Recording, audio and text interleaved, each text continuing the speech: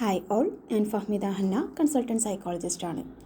പലപ്പോഴും നമ്മൾ സൈക്കോളജി അല്ലെങ്കിൽ സൈക്കാട്രി ട്രീറ്റ്മെൻറ്റിനെ കുറിച്ചിട്ടൊക്കെ സംസാരിക്കുന്ന സമയത്ത് അതിൻ്റെ സ്റ്റിഗ്മകൾ, അതേപോലെ തന്നെ ആളുകൾക്ക് തെറാപ്പിയോടും സൈക്കാട്രി മെഡിക്കേഷൻസിനോടുള്ള അപ്രോച്ച്, ഇത്തരം കാര്യങ്ങളൊക്കെ സംസാരിക്കുന്ന സമയത്ത് നമ്മൾ മെൻഷൻ ചെയ്യുന്ന ഒരു ഗ്രൂപ്പ് എന്ന് പറയുന്നത് മുതിർന്ന ആളുകളായിരിക്കും.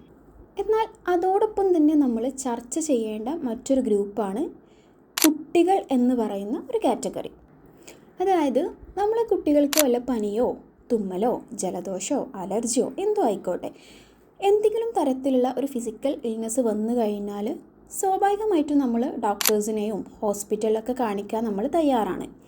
ഇൻ കേസ് അതിൽ മാറ്റം വന്നിട്ടില്ല, ട്രീറ്റ്മെൻറ്റിൽ പ്രത്യേകിച്ച് മാറ്റങ്ങളൊന്നും വന്നിട്ടില്ല എന്നുണ്ടെങ്കിൽ ഈവൻ ഹോസ്പിറ്റൽസും ഡോക്ടേഴ്സൊക്കെ മാറി മാറി കാണിക്കാൻ പോലും നമ്മൾ തയ്യാറാണ്. അതേസമയം കുട്ടികളിൽ വല്ല ഡെവലപ്മെൻറ്റൽ പ്രോബ്ലംസോ ബിഹേവിയറൽ പ്രോബ്ലംസോ വന്നു കഴിഞ്ഞാൽ മിക്ക ആളുകളുടെയും മനോഭാവം മാറാറുള്ളത് പതിവാണ്. ഇത്തരം ഒരു സന്ദർഭത്തിൽ എല്ലാവരും ഒരുപോലെ പറയുന്നൊരു കാര്യമാണ്, കുട്ടികളല്ലേ, ഓട്ടോമാറ്റിക്കലി ശരിയായിക്കോളും, അല്ലെങ്കിൽ വലുതായി വരുംതോറും അവരിൽ മാറ്റങ്ങൾ വന്നുകൊള്ളും, അതല്ലെങ്കിൽ സ്കൂളിൽ ചേർക്കുന്ന സമയത്ത് അവർ കുറേയൊക്കെ ഓക്കെ ആയി വന്നോളും. ഇനി അതും അല്ലെങ്കിൽ നമ്മൾ നോർമലി കേൾക്കുന്നൊരു സ്റ്റേറ്റ്മെൻറ്റാണ്, ഈ കുട്ടിയുടെ ഫാദറോ മദറോ ഈവൻ ഫാദറിൻ്റെ ബ്രദറോ മദറിൻ്റെ സിസ്റ്ററോ ഗ്രാൻഡ് ഫാദറോ ഗ്രാൻഡ് മദറോ ഇങ്ങനെ കുടുംബത്തിലുള്ള ആരെങ്കിലും ഒരാളെ മെൻഷൻ ചെയ്തുകൊണ്ട് അവരും ഇങ്ങനെയായിരുന്നു, ഇപ്പോൾ വലുതായപ്പോൾ കുഴപ്പമൊന്നും ഇല്ലല്ലോ എന്നുള്ളൊരു കാര്യം. ഇതിനകത്ത് നമ്മൾ മനസ്സിലാക്കേണ്ട ഒരു കാര്യം എന്ന് പറയുന്നത്, ചെറുപ്പകാലത്ത് ഈ കുട്ടിയുടെ ഈ പറയപ്പെട്ട ഏതെങ്കിലും കുടുംബത്തിൽ പെട്ടിട്ടുള്ള ആരെങ്കിലും ഒരാൾ, ഈവൻ ഫാദർ ആയിക്കോട്ടെ മദർ ആയിക്കോട്ടെ ആരായാലും, അവർ മുതിർന്നു വരുന്ന സമയത്ത് ചെറുപ്പത്തിൽ കാണിച്ചിരുന്ന വാശിയായിക്കോട്ടെ ദേഷ്യമായിക്കോട്ടെ മറ്റു കാര്യങ്ങളായിക്കോട്ടെ, അത് മുതിർന്നു വന്ന സമയത്ത് അതിൽ മാറ്റങ്ങൾ സംഭവിച്ചിട്ടുണ്ടായിരിക്കാം. അത് വേറൊരു വേർഷനിലായിരിക്കും അവർ കാണിക്കുന്നുണ്ടായിരിക്കുക. സോ അത് മാറി എന്ന് പറയുന്നതിനേക്കാൾ അപ്പുറത്തേക്ക് അവരുടെ ഏജ് മാറിയതിനനുസരിച്ച് ആ ഒരു വേർഷൻ ഓഫ് പ്രോബ്ലം മാറി എന്നുള്ളതായിരിക്കും അതിൻ്റെ ഒരു റിയാലിറ്റി എന്ന് പറയുന്നത്. അപ്പോൾ ഇത്തരം കാര്യങ്ങൾ പറയുന്ന ആളുകളോട് സ്വാഭാവികമായിട്ടും നമ്മൾ ചോദിക്കാനുള്ള ഒരു കാര്യമാണ്, ഇപ്പോൾ ഈ കുട്ടിയുടെ ഉപ്പയായിക്കോട്ടെ ഉമ്മയായിക്കോട്ടെ ഇവരിങ്ങനെയാണ് എന്ന് വെച്ചിട്ട് ഈ കുട്ടിയും ഇങ്ങനെ തന്നെ ആവണം നിർബന്ധമൊന്നുമില്ല. നമുക്ക് ഇവരെ മാറ്റിയെടുക്കാവുന്നതാണ്, അല്ലെങ്കിൽ ഇവരിൽ ചേഞ്ചസ് കൊണ്ടുവരാവുന്നതാണ്.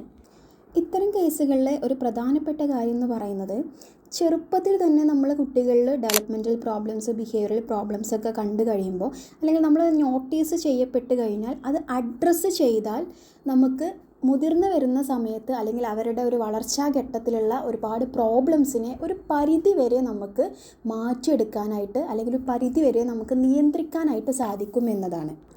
സോ ഈ ബിഹേവിയറൽ പ്രോബ്ലംസ് അല്ലെങ്കിൽ ഡെവലപ്മെൻറ്റൽ പ്രോബ്ലംസ് എന്നൊക്കെ പറയുമ്പോൾ നമ്മൾ കുട്ടികളിൽ ഓരോ പ്രായത്തിലും അവരെ കാണിക്കേണ്ട വളർച്ചാ ഘട്ടങ്ങൾ കൃത്യമായി കാണിക്കാതെ വരിക, അതുപോലെ തന്നെ കുട്ടികളിലുള്ള ദേഷ്യം വാശി അനാവശ്യമായിട്ടുള്ള കരച്ചിലുകൾ, ഇത്തരം കാര്യങ്ങളൊക്കെ നോട്ടീസ് ചെയ്യുക എന്നുള്ളതാണ് ഈ ഒരു ബിഹേവിയറൽ ഇഷ്യൂ ഡെവലപ്മെൻറ്റൽ ഇഷ്യൂ എന്നുള്ളത് കൊണ്ട് നമ്മൾ ഉദ്ദേശിക്കുന്നത്.